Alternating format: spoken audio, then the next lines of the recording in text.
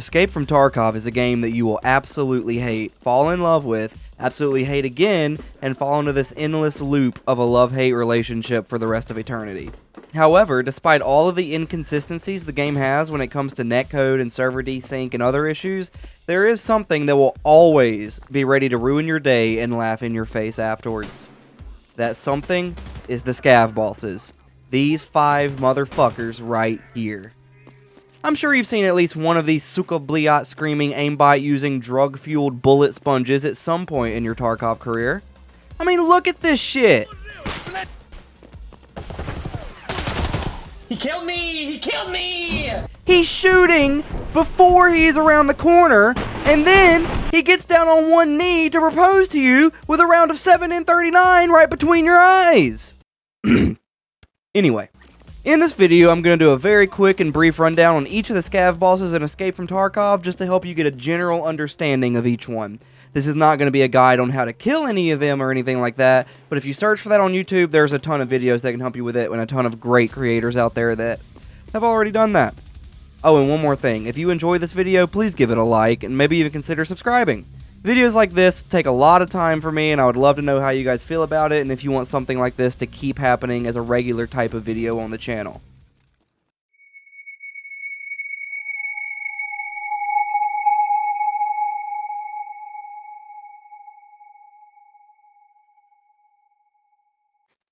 We're going to start with the boss that you're most likely to encounter first in your Tarkov career, and that is Roshala.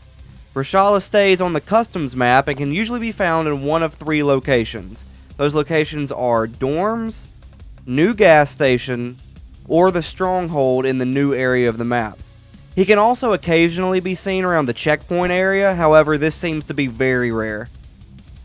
Roshala will have 4 guards with him, which can be identified by their last name of Zavodskoy. I don't know if I pronounced that right, but I tried. These guards can have a wide range of equipment, including Altons, AVS rigs, and occasionally a Gen 4 armor. This makes Roshala a very popular boss early wipe, and for new players, as he is fairly easy and a good source of mid to high tier loot. Speaking of him being an easy boss, he is usually considered to be the easiest of the 5 scav bosses, but do not underestimate him as he can still kill you extremely quickly and with no remorse.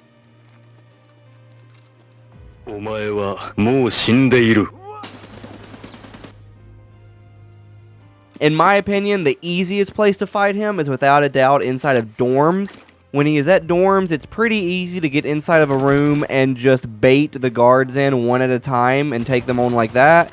And then you can usually find Roshala hiding in a corner like the little bitch that he is.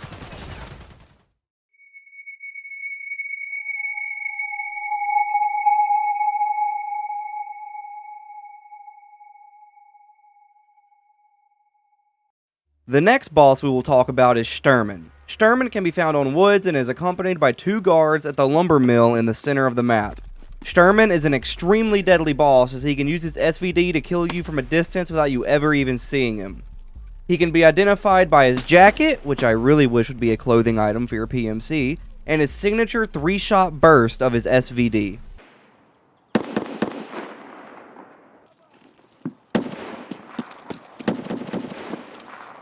Sturm and his guards are equipped for long-range engagements, as you can see from their gear list here.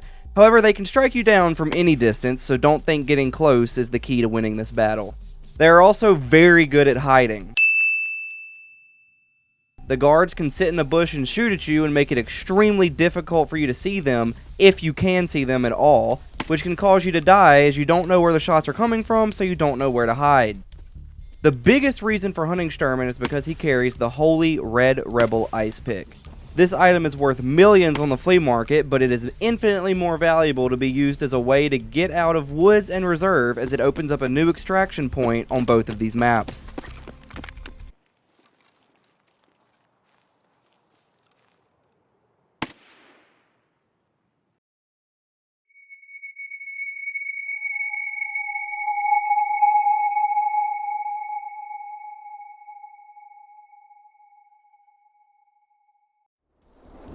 Killa is probably one of the most well-known bosses in all of Tarkov.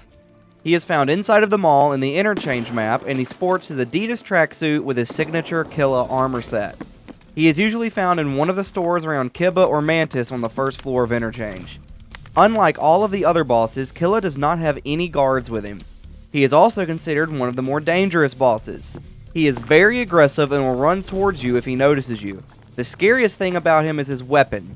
He usually has his RPK with a drum mag and several 60-round mags, almost always filled with 7N39, so he can kill pretty much anyone really quick. Killa's armor is the main reason people will farm him, as his body armor is class 5 with very little movement penalties when compared to other class 5 armors. Killa's helmet is armor class 4 and the face shield is class 6. The helmet is the same as the Maska helmet, however it has the distinct Killa paint job so that everyone knows what it is.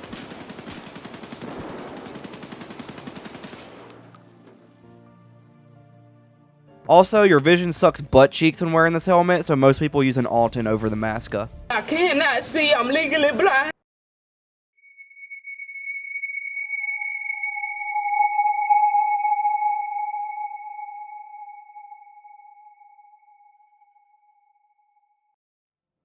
The boss for reserve is Gruhar or Gruhar, depending on who you ask, and he is an extremely difficult boss, especially if you're solo. He can spawn in the K buildings, Black Bishop, Black Pawn, Black Knight, and in the basement area underneath the K buildings, and there's probably a few other areas I forgot because the wiki doesn't have everything. Gruhar is incredibly dangerous, but he also has 6 extremely geared followers. Gruhar and his gang is easily the most geared of the 5 scav bosses, with a huge variety of gear on him and his followers. I mean, look at this. Gruhar alone has a ton of stuff. Now look at his followers. One player can easily get completely stacked and have to crawl out of the raid if they manage to kill Gruhar and his guards.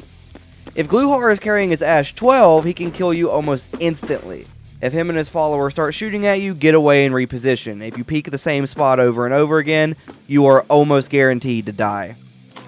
Gruhar's guards are extremely aggressive and will chase you down all the way across K buildings, all the way through one of the Black Pawn or Black Bishop buildings.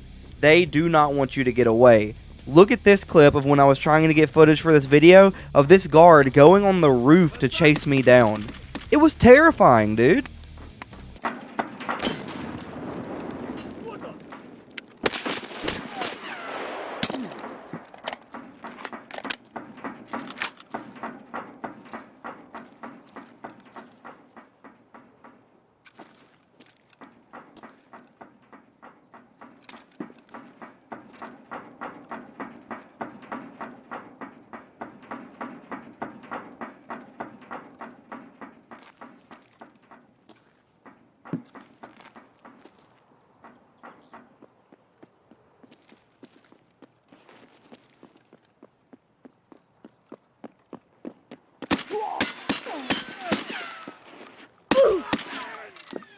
Another thing that makes Gruhar so difficult is that if he is at the K building area or underground, you can also have raiders in the same area as him, and then you have to deal with raiders, Gruhar, and Gruhar's guards.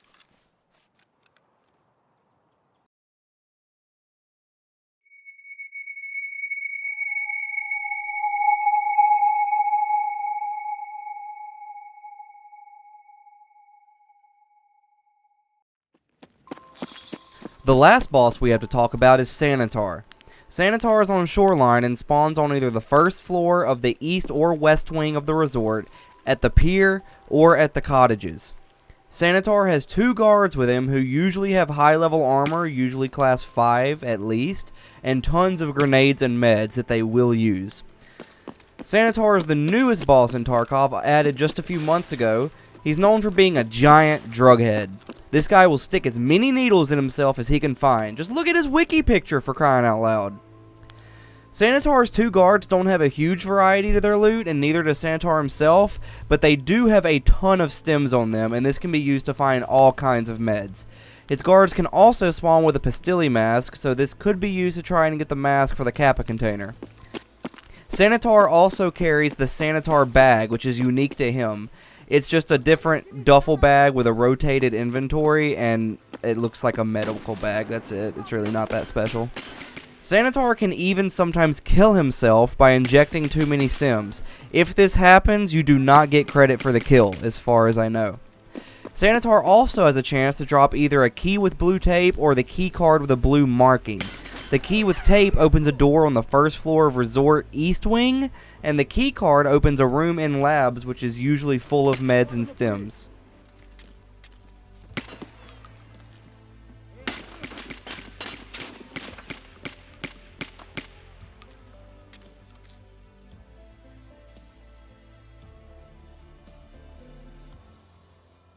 I don't usually do videos like this, so if you enjoyed it, please leave a like, comment, or maybe even consider checking out some of my other videos and subscribing.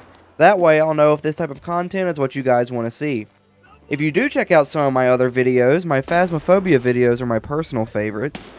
And let me know if there are any other informative kinds of videos like this one that you might want to see in the future.